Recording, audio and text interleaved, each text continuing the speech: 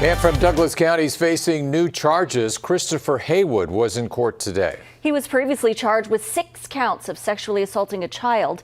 Now he's facing 18 charges, including counts for child abuse and sexual assault of a child.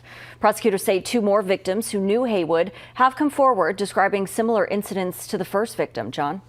Heywood was arrested nearly a year ago following a standoff with police that ended in Mount Sinai Cemetery. The standoff started when police tried to serve a search warrant for his home.